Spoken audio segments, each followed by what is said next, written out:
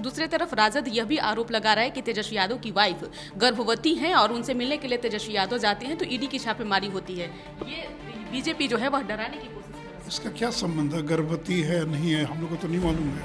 गर्भवती है तो ये देखिए सहानुभूति लेने का जो प्रयास कर रहे हैं, यही जब चुनाव बाई इलेक्शन हो रहा था, कुर्नी का चुनाव हो रहा था, तो क्या प्रचार किया गया कि लालू यादव की किडनी ट्रांसप्लांट होने वाली है, तो ऐसा संदेश दीजिए कि उनका वो स्वस्थ हो जाए, फिर भी चुनाव हार गए।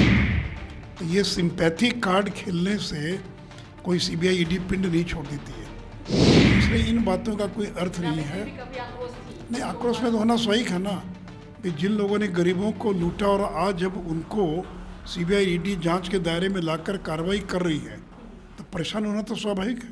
नमस्कार, आप न्यूज फाउंडेशन देख रहे हैं। मैं हूं आपके साथ वंदना।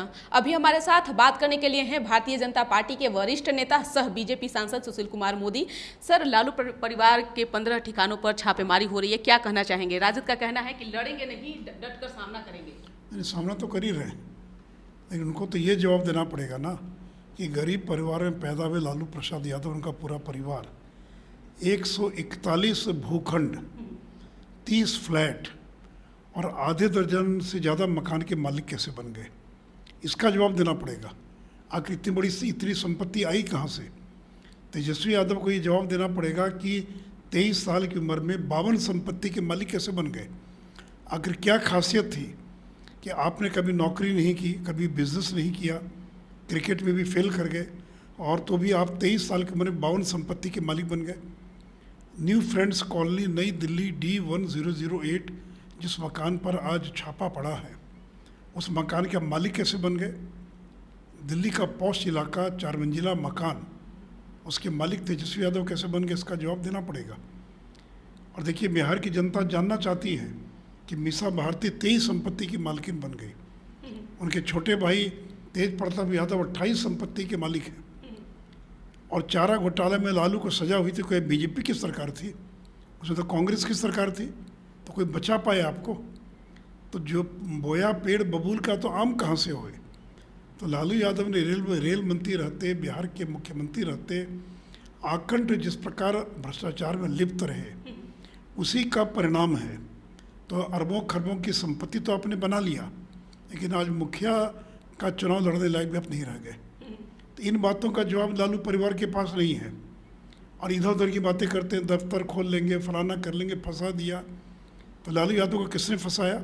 और ये नीतीश कुमार, जो आज लालू और आज जो तेजस्वी के पीछे खड़े हैं।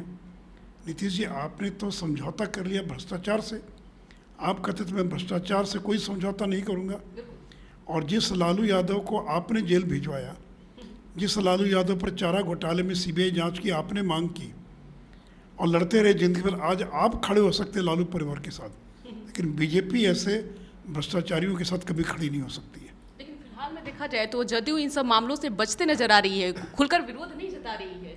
कहाँ नहीं हुई? तो विरोध ललन सिंह का बयान तो आया ही है। तो यही ललन सिंह है, ये जो जमीन के बदले नौकरी वाला जो मामला है, लालू यादव ने नारा दिया था, तुम मुझे ज़मीन दो मैं तुम्हें नौकरी दूंगा। और लालू यादव का ये मामला किसने उजागर किया? ललन सिंह ने उजागर किया था। और यही ललन सिंह थे जो 2007 या 2008 में मनमोहन सिंह से मिले थे। इनके साथ में थे स्वर्गीय शरद यादव। इन लोगों ने पूरे दस्तावेज दिए थे कि सीबीआई जांच करे। जो लालू यादव ने रेल मंत्री रहते 50 लोगों को ज़मीन लिखवा लिया नौकरी के बदले। ये बात अलग है कि मनमोहन सिंह ने इसको ठंडे बस्ते में डाल दिया, लेकिन फिर मामला उजागर हुआ। फिर हम लोगों ने इस मामले को जब उछाला और सारे दस्तावेज जब बताए ना लालू प्रसाद यादव और तेजस्वी यादव कि लोगों को नौकरी के बदले ज़मीन लिखवाया कि नहीं लिखवाया। 1 लाख स्क्वायर फीट ज़मीन तो केवल पटना के अंदर है, और जिन पर चार्जशीट फाइल हुई है, बताएं कि ये हृदयानंद चौधरी कौन है? रेलवे का 4th ग्रेड का खलासी, उसने हेमा यादव को 60 लाख रुपए की ज़मीन दान में दे दिया। तो ये हृदयानंद चौधरी जो जेल में था, ये भोला यादव ये जेल क्यों गए थे?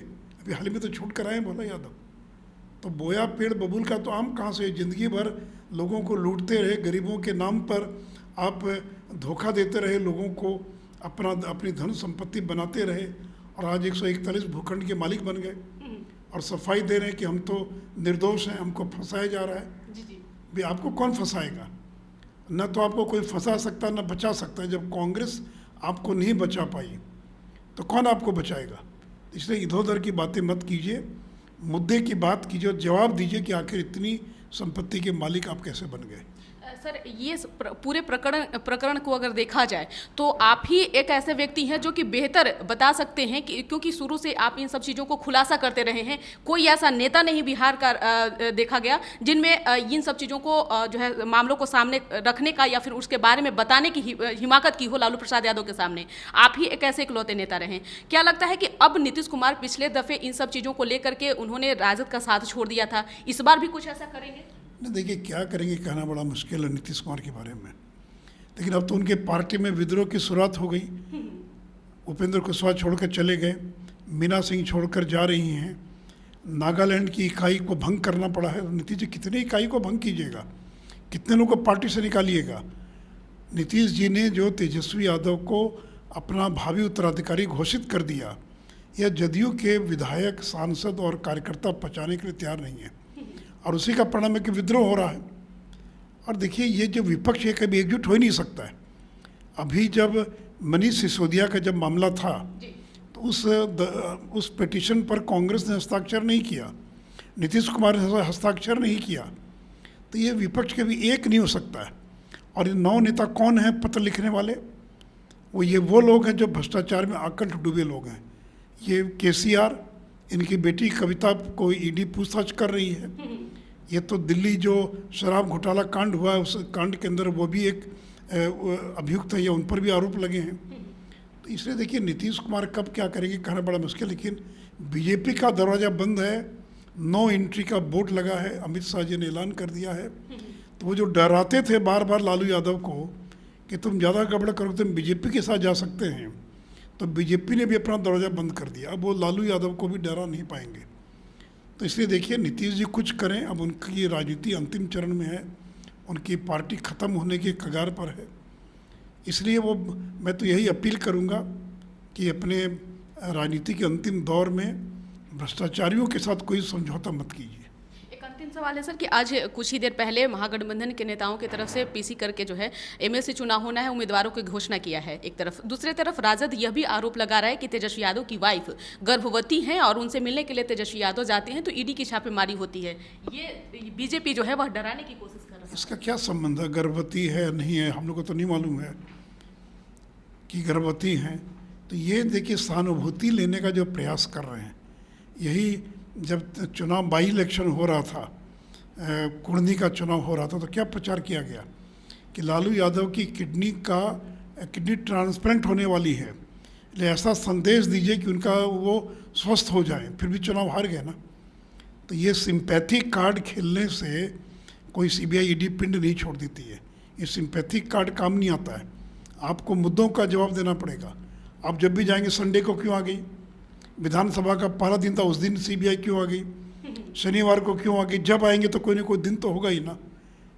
तो इसलिए इन बातों का कोई अर्थ नहीं है। नहीं, आक्रोश में तो होना स्वाभाविक है ना कि जिन लोगों ने गरीबों को लूटा और आज जब उनको CBI ED जांच के दायरे में लाकर कार्रवाई कर रही है तो परेशान होना तो स्वाभाविक है। बहुत बहुत शुक्रिया बात करने के लिए। तो आप सुन रहे थे क्या कुछ कहना था भारतीय जनता पार्टी के वरिष्ठ नेता सह राज्यसभा सांसद सुशील कुमार मोदी का अपने सहयोगी आकाश के साथ। News for nation Patna.